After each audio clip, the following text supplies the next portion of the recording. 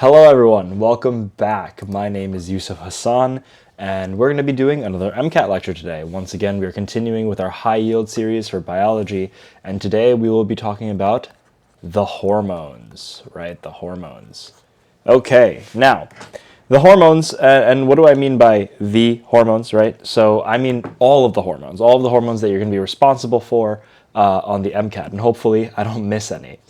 Before we get started, once again, I am beginning the new year of the lecture series in August. So if you'd like to sign up for the email list for the lecture series, it's going to be linked in the description below. It'll be the first link that you see there. I also recently made a WhatsApp chat for some of my MCAT students. I announce when I'm doing like private tutoring sessions on there every now and again. If you're interested, you can join that as well. And down there, you'll also find links to the lecture drive folder. All the things, all the resources that I have for you guys are posted there, and ways that you can support the channel. And 50% of all donations do go to charity. So consider checking all of that stuff out if you're interested. Thank you so much for all your support. Let's begin talking about the hormones. Now, obviously, with hormones, we have hormone classes, right? And the first hormone class we're going to talk about are the steroid hormones. Right, so what are steroid hormones? Well, steroid hormones are hormones that are derived of cholesterol. Do you need to know the structure of cholesterol for the MCAT? No, not specifically. I remember when I was studying with Dr. Militsky back in undergrad, he used to be able to draw the entire cholesterol molecule from the top of his head, right? And I never got that good at biochemistry, but basically this is the general structure. It is a couple fused rings, and how many fused rings is it? And that's actually a question that could show up on your MCAT. I saw all of my students. This is 1, 2, 3, 4 fused rings to make a steroid ring, right? Or a steroid structure. So this is the general structure of a steroid, and this is what is used to make cholesterol and steroid hormones. What specifically is important about steroid hormones? Well, if you look at this guy, it's a big, bulky, right, hydrocarbon backbone. It's a hydrocarbon backbone. And why is that important? Well, you know that when you have the cell membrane, right, you have all of these sort of fatty acid tails coming off these phosphate heads, the phospholipid bilayer, right? When you have that phospholipid bilayer, what you're going to see is that right here, this is mostly nonpolar, correct? So if it's nonpolar, that's not a good way of writing nonpolar. When it's nonpolar, right, nonpolar things will have an easier time slipping through here. Well, you might ask yourself, well, how's that possible? This part is polar up here. How's it going to get through the top? You should remember that the membrane is fluid, right? So whenever a crack forms over here, when this like floats up, it can just slip right through and get inside the cell. So steroid hormones actually exert their effects by entering the cell, and they usually act as transcription factors. Right, what do I mean by this? Act like transcription factors. Well, they get inside the cell, and in the cell they'll bind to some domain, and then they'll travel over to the nucleus and directly influence DNA. I don't know why I wrote the D lowercase, that's stupid. DNA transcription, right? And that's going to make a specific code of mRNA, and that specific code of mRNA is going to make a protein that is needed and coded for by this steroid hormone, right? So that's how steroid hormones work. Now, what are the different steroid hormones that we see? Number one, let's talk about testosterone. Right, testosterone, which is the main steroid hormone produced inside of men. Right, so what does this regulate? It regulates a bunch of things, but regulates, number one, sex drive. Number two, secondary sex characteristics. Right, that's like pubic and axillary hair, things like that. Also, muscle mass, strength, erythropoiesis, which is just the production of red blood cells, things like that, right? So this is all stuff that testosterone does, and testosterone is a steroid hormone. I don't know why that's not sticking around. Hold on, let me see if I can change that. Because normally when I draw with the laser, it stays, but testosterone is a steroid. It looks like the little guy we drew over here. You get the point. All right, awesome, cool. So that is testosterone, right? And this is found also in very small amounts in women, right? In testosterone, there's a very, very little amount of testosterone inside of women, but you don't necessarily need to know that. That does become important in medical school, though. Where does testosterone come from? This is released from the testes. The testes, right? The testicles. Released from the testes. All right. And we'll see this in a couple minutes because we're going to talk about these hormones in a bit. But think in your mind, what is the hormone that signals for the release of testosterone, right? And it might not be as straightforward as an answer as you think. Or maybe it is. Maybe you're a smart person. Maybe you're smarter than I was. All right. What's the next steroid hormone we have? Progesterone. Progesterone. What is progesterone? When is it released? Well, progesterone is actually released by... Oh, this always happens. Sorry, guys. Released by the corpus luteum, right? And what is the corpus luteum? It's what the ruptured follicle becomes. So the follicle releases the oocyte and then becomes the corpus luteum. And the corpus luteum gets stimulated by LH, right, to release progesterone. And I guess I could ask that question later. But LH stimulates the corpus luteum to release progesterone, right? Okay. So by LH stimulation, right? And what does progesterone do? Well, it maintains, right? Every time you hear the word progesterone, what you think maintains the endometrium. It maintains the endometrium and it prevents shedding, right? And then this also downregulates GnRH. Right? So it kind of shuts down the entire process because when it's present, you don't need as much GnRH floating around, right? In a similar domain as progesterone, what is the next steroid hormone we have? We have estrogen, right? Estrogen, which is released by what? Released by the ovaries. And what does it do? It builds the endometrium.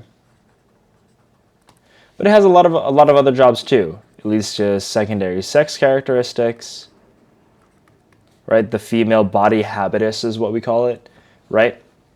And it also develops the breasts, right? And a small amount of estrogen is also produced in men. Small amount of testosterone is found in women. Small amount of estrogen is found in men. And that makes perfect sense. All right. Awesome. Cool.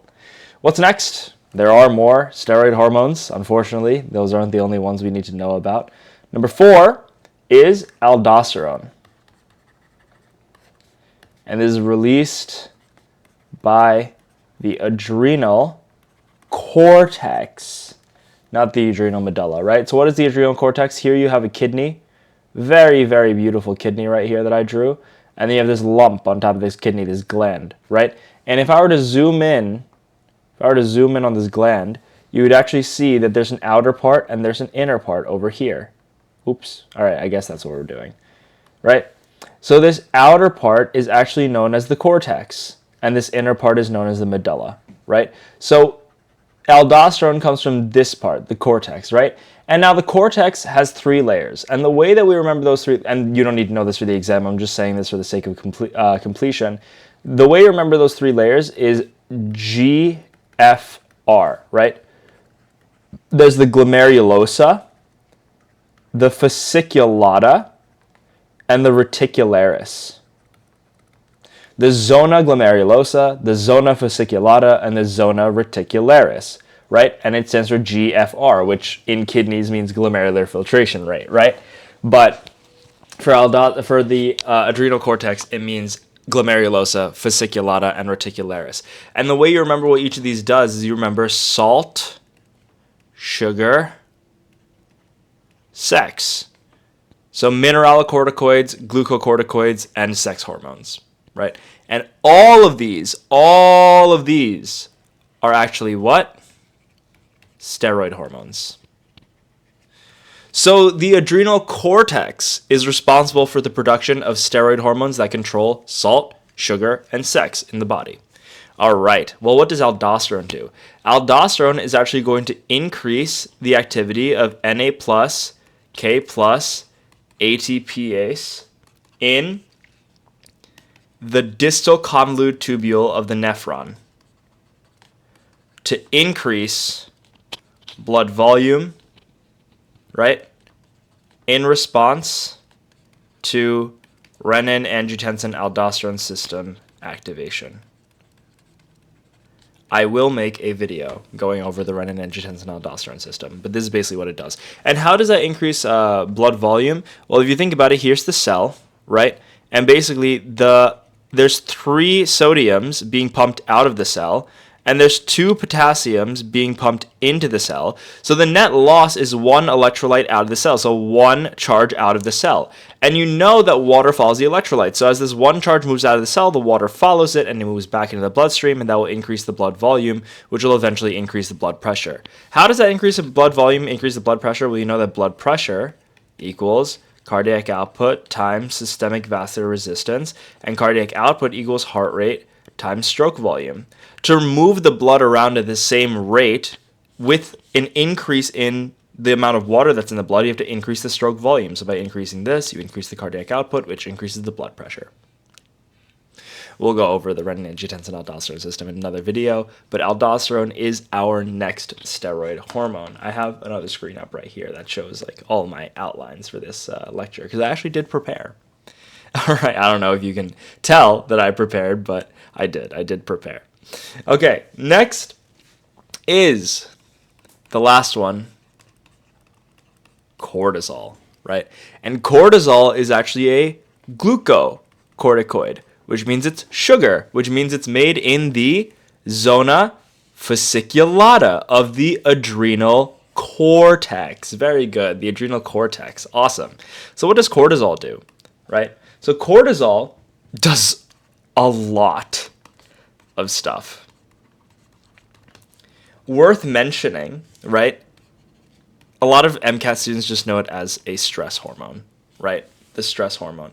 It regulates blood sugar levels, it suppresses the immune system, it stimulates wakefulness. So you'll see actually a funny thing is that if you wake up like here, your cortisol levels will go up and then spike and then come back down, and then you'll have a second one later in the day, something like that, right? So you should actually not have coffee exactly when you wake up. You should have coffee. You're going to feel your most awake in the morning about an hour and a half, 2 hours after you wake up, and you should have your coffee during this dip, which is like 4 to 6 hours after you wake up. That's like the afternoon nap time, right? And then I'm a big proponent of the siesta. I need an afternoon nap for sure. I function best when I get my afternoon nap, but unfortunately in the hospital I don't get my afternoon nap all that often, right? And then if you have your coffee here, it'll correspond to picking up this little cortisol surge right here, and then you fall asleep at night, right?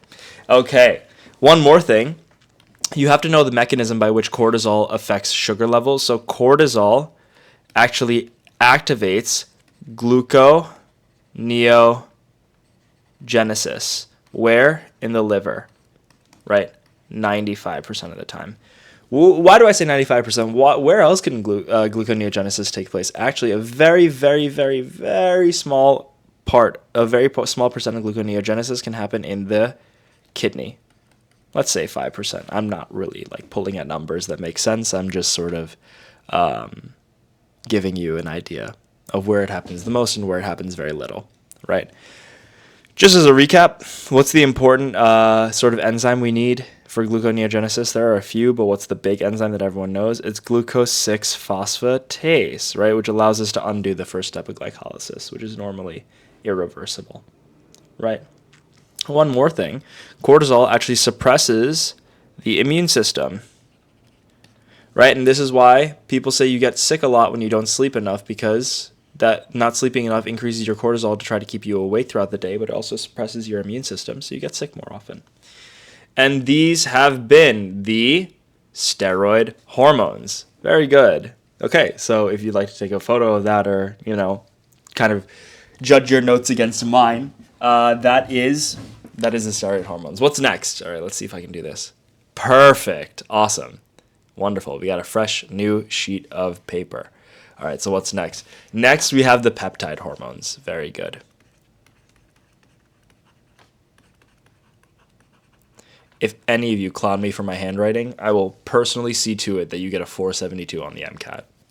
No, I won't. I lied. All right, anyways.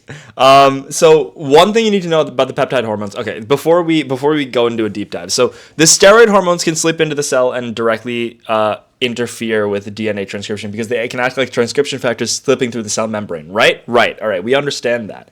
The peptide hormones can't do that. What do they have? They have extracellular receptors. Right, so the things that bind steroid hormones are in the cell or intracellular. The peptide hormones, the things that bind steroid hormones are inside the cell or intracellular receptors. Peptide hormones bind to extracellular receptors, and then they use a secondary messenger pathway to carry out their sort of tasks, right? All right, so let's talk about the peptide hormones. Now, one more thing you need to know is that all of the flat PG or flat peg hormones, right? All of them are peptide hormones. And what is this? These are the ones released by the anterior pituitary, right? Question, what's released by the posterior pituitary? It's actually oxytocin and ADH or vasopressin. Very good if you knew that. Gold star. Wish I could give you a Jolly Rancher. All right. Number 1, follicle stimulating hormone, which is one half of the team called the gonadotropins. So this is a gonadotropin, right? So FSH, what does it do? It does different things in women than it does in men. And this is calling back to the question I asked before, what releases testosterone, right? So one of the two things, FSH or LH, is going to do it. I need you guys to walk through this with me. So the follicle stimulating hormone, do men have follicles? No, men do not have follicles, but I'm assuming when it was discovered in women. So for women, it stimulates the follicle, right? And what does the follicle do? In women, right, it helps to regulate the menstrual cycle before ovulation and releases estrogen. Right? Releases estrogen. Okay. Oh, sorry. Oh my God. What am I doing? What am I doing? This is not... You know what? Am I confusing myself? I don't know. Let's get back to this. Let's talk about men first. Sorry, guys. Everyone makes mistakes. I think I just confused myself in my notes. I'll take a look. Okay. In men, FSH actually stimulates testosterone production, right? Stimulates testosterone production in the interstitial cells of light. I could have sworn it was the other way around. Give me 1 second. You know what? We're going to look this up. I don't want to give you guys wrong information. And I'm okay saying that I messed up in my notes. While I do this, why don't you guys take a little break? Oh my God, I was right. In the back of my mind, I knew I was correct the first time. Okay, my notes are wrong. In my head, I'm correct. Okay, let's take a look. So in women, it does stimulate estrogen production. I just wrote it wrong on my notes. I think this happened when I was giving this lecture as well. Oh man, I should totally review these. I should totally fix these notes. I guess I didn't do it last time. So it stimulates estrogen production, and then for men, it actually stimulates spermatogenesis. And that makes sense because we're talking about the follicle. The follicle in women is closely related to estrogen production. This is kind of the way that I put it inside my head when I was studying, right? And then the second gonadotropin is LH, right? Luteinizing hormone. And this induces the luteal phase of the female menstrual cycle. And the LH spike, if you remember, the LH spike is actually what leads to ovulation, right? Ovulation. This is so silly. Oh man, I should fix my notes. Anyways, thank you guys for being patient with me. And in men, of course, LH leads to the release of testosterone because it's opposite for men and women, right? So the primary sex hormone in women is controlled by FSH, and the primary sex hormone in men is controlled by LH, right? Before we go through the rest of flat peg, right, who's the guy who releases both FSH and LH? His name is gonadotropin, right? gonadotropin releasing hormone, right? Why did I write an R? GnRH. I'm falling apart today, guys. Oh my god.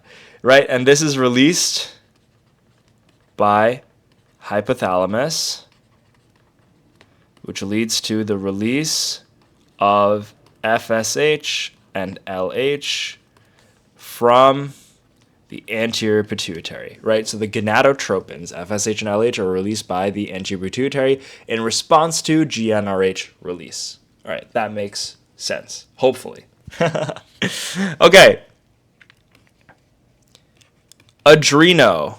Why did I write 2? Oh my god, what am I doing? Guys. Someone yell at me. Adreno. Corticotropic hormone.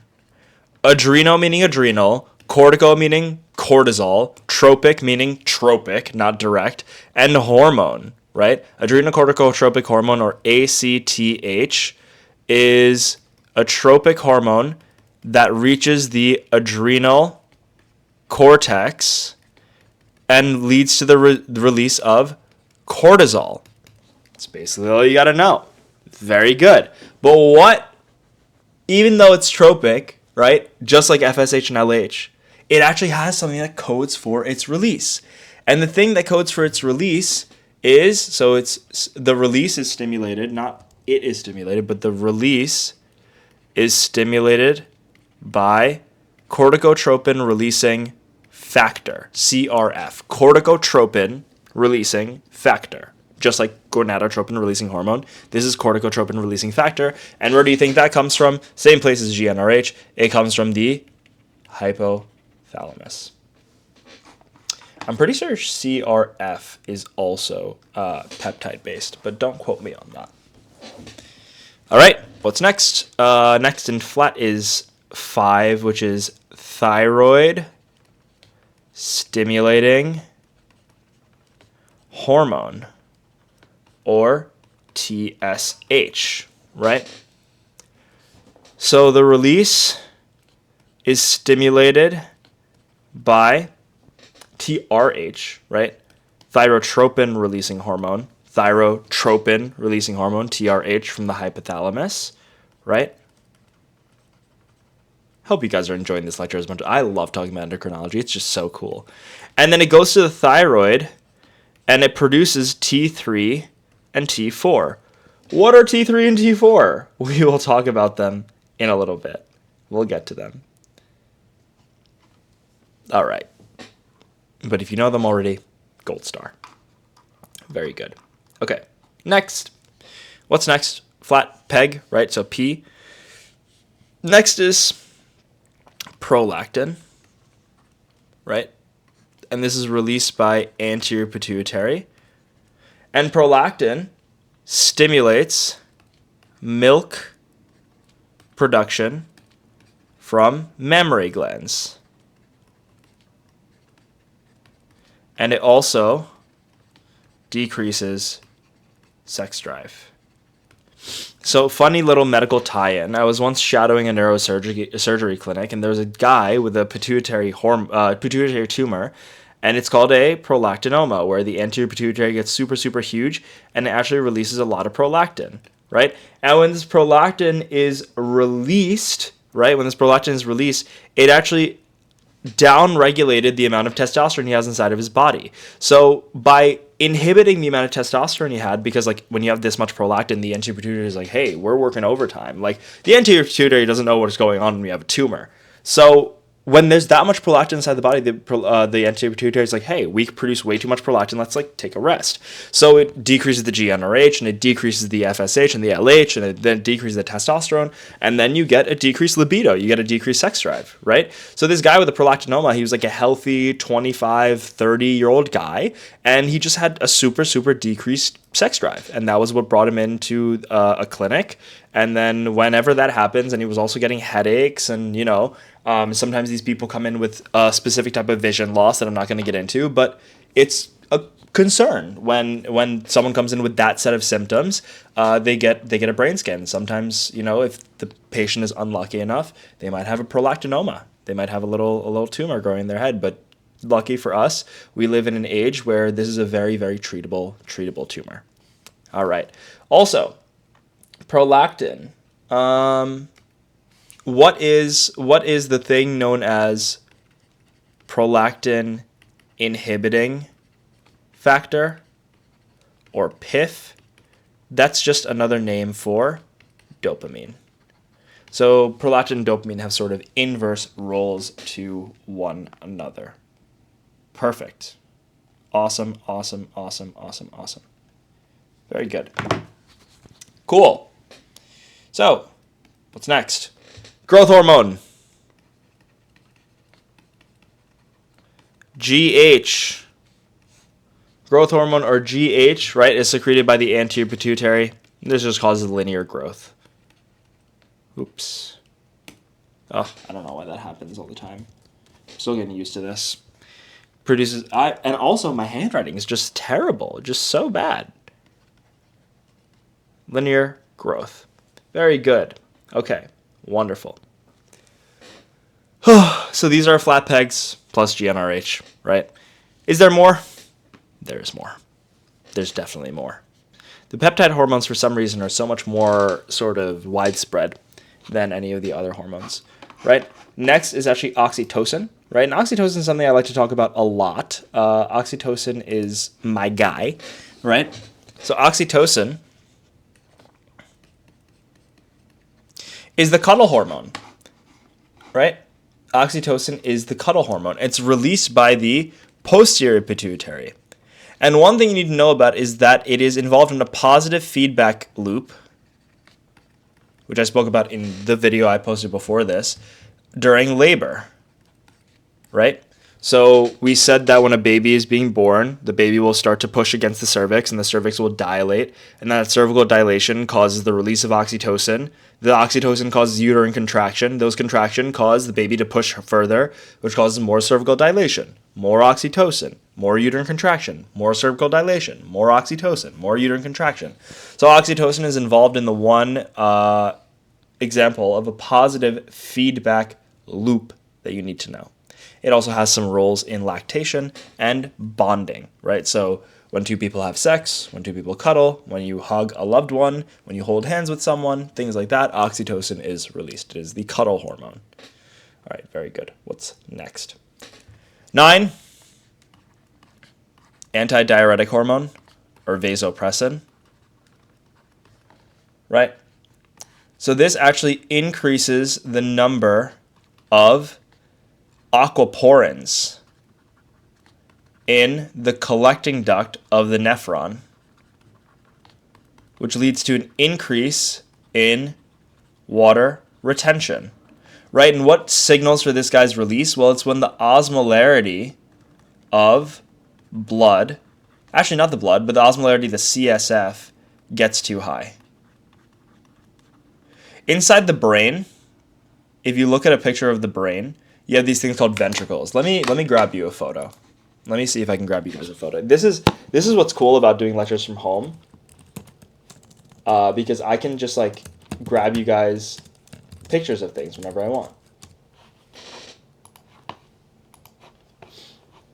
So you'll see inside the brain, there are these little sort of holes, right? There are these holes in the brain, and they're called ventricles. Let me see. There we go. Okay, you guys can see this photo, right? And in the brain, these are literally just like spaces. They're deep inside the brain, and they're spaces that are filled with cerebrospinal fluid, and they help to sort of, get rid of toxins in the brain and things like that, and blah, blah, blah. And they communicate, they're continuous with the cerebrospinal fluid space that surrounds the spinal cord as well.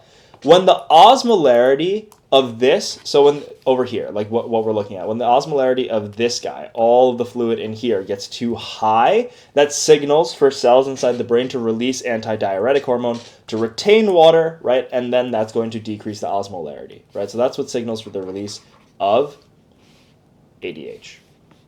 And ADH, in turn, increases the blood volume, and what do you think it does then? It also increases the blood pressure. Very good, guys. Thank you for keeping up and keeping along, right? But it also decreases blood osmolarity, which is not something we see with aldosterone, right? Oh my god. Okay, 10, 11, and 12 are insulin,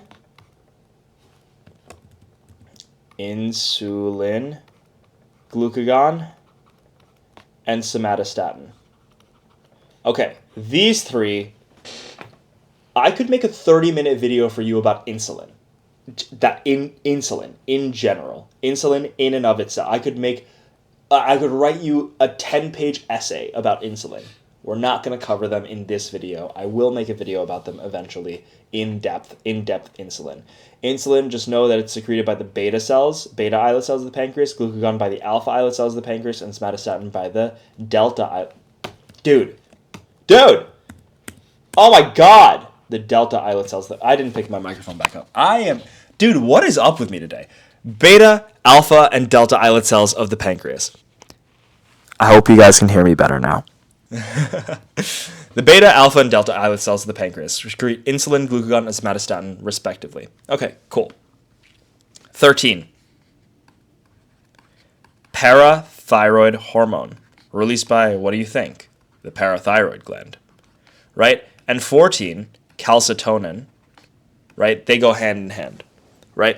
And these are secreted by the parafollicular cells of thyroid.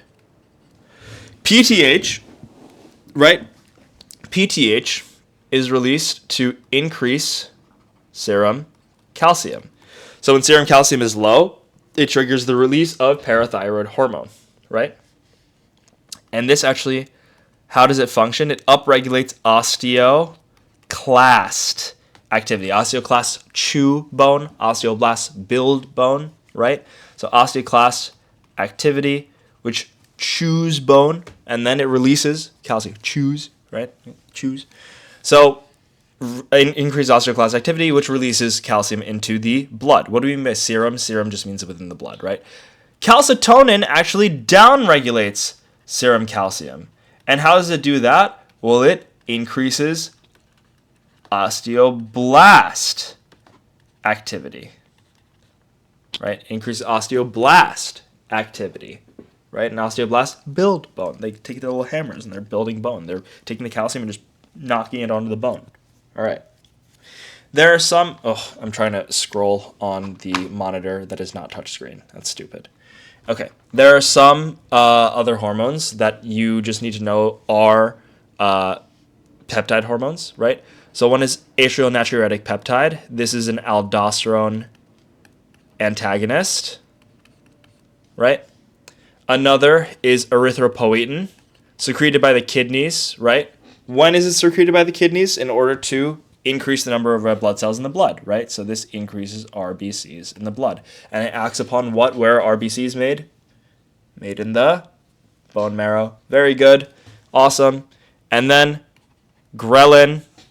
Let me write it properly. Ghrelin. That's still not proper, but whatever.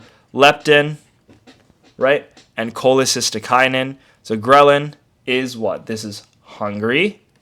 Leptin is stop hungry, right? And cholecystokinin is released by the duodenum in response to chyme. And chyme is just that mixture of stomach acid and digestive food contents, right? And this actually signals for the release of what? Bicarb and pancreatic enzymes. That does not say enzymes, but whatever, right? Ghrelin, leptin, cholecystokinin. Very, very funny photo I want to show you guys. So I think if you guys have watched my lectures before, I bring up this photo all the time. It's the leptin knockout mouse, right?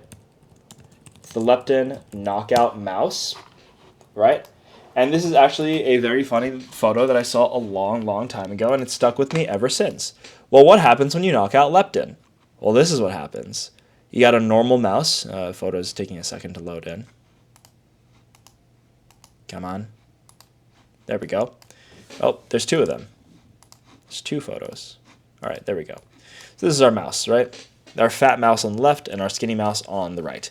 When you knock out leptin, right, what did we say leptin was? Well, leptin was actually the hormone that told us stop hungry, right? So in response to stomach distension and the arrival of food inside the GI tract, leptin gets released and it's just like, bro, stop eating, you're good, right?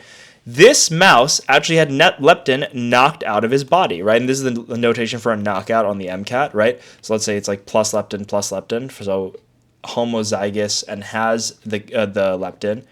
Heterozygous doesn't have on one, has on the other, and then knockout, right? So this mouse has had their leptin knocked out, and since it has the leptin knocked out, it never knows when to stop eating, so it gets super fat. So that's the leptin knockout mouse. So if you ever wanted to remember what leptin did, just remember that this fat mouse has leptin knocked out, so he just can't stop eating. All right. All good? Wonderful. I think that is the end of my peptide hormones. Yeah.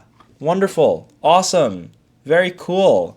We could go a lot more in depth, but obviously I don't want to absolutely fry your guys' brains with hormones, things like that. Only a couple more left. Let's do it. Let's go through the amino acid hormones. Right? And these are hormones that are derived, of course, of amino acids, right?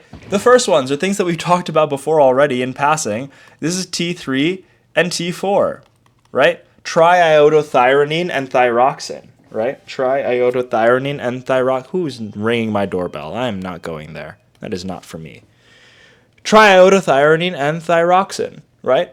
Secreted by the thyroid in response to TSH. So, release, stim by TSH, thyroid stimulating hormone. And what causes the release of TSH? It's thyrotropin releasing hormone from the hypothalamus, right?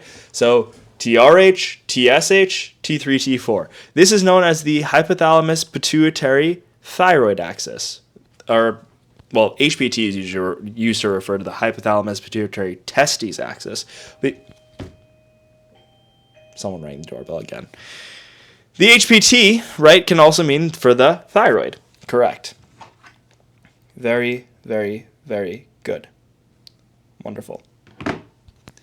So, these hormones, all you need to know for the MCAT is that they regulate metabolism.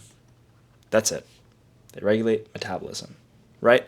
So high T3, T4 will actually lead to increased metabolism. Low T3, T4 will lead to decreased metabolism, right? And this is what people mean by hyper and hypothyroidism. Of T3 and T4, T3 is actually more potent. Right. And if you know anyone with hypothyroidism, you may know that they may be on a drug called levothyroxine. Right? And that's just an analog of T4. Very good. And the last two that I could also write an entire book about are epinephrine and norepinephrine. Also, you guys know that epinephrine, norepinephrine are literally just adrenaline and noradrenaline, right? And if you didn't know that, then you know it now. Why did that happen? Well, epi and nephros comes from Greek, and ad and renal comes from Latin. So epi means on top of, and nephros means kidney, and ad means next to, and renal means kidney. So they're hormones that are released from either on top of or next to the kidney. And where are they released from? They're actually released from the adrenal, don't say cortex, the medulla, right? The medulla. So the adrenal medulla actually takes care of your catecholamines, which are your amino acid hormones and molecules, things like that, right? So epinephrine and norepinephrine are involved in what? Very, very, very... Why? Who is it? It's not for me. The sympathetic nervous system. And that is our hormones. Thank you guys so much for watching. Thank you for all of your support. Once again, check the link in the description for everything associated with this channel and my lecture series. Thank you guys once again. I hope you enjoyed the lecture. If you have any questions, please leave them in the comments below. And if you have any suggestions for videos I should make, leave them in the comments below as well. It's been a pleasure. Thank you guys so much. And I will see you next time. Take care.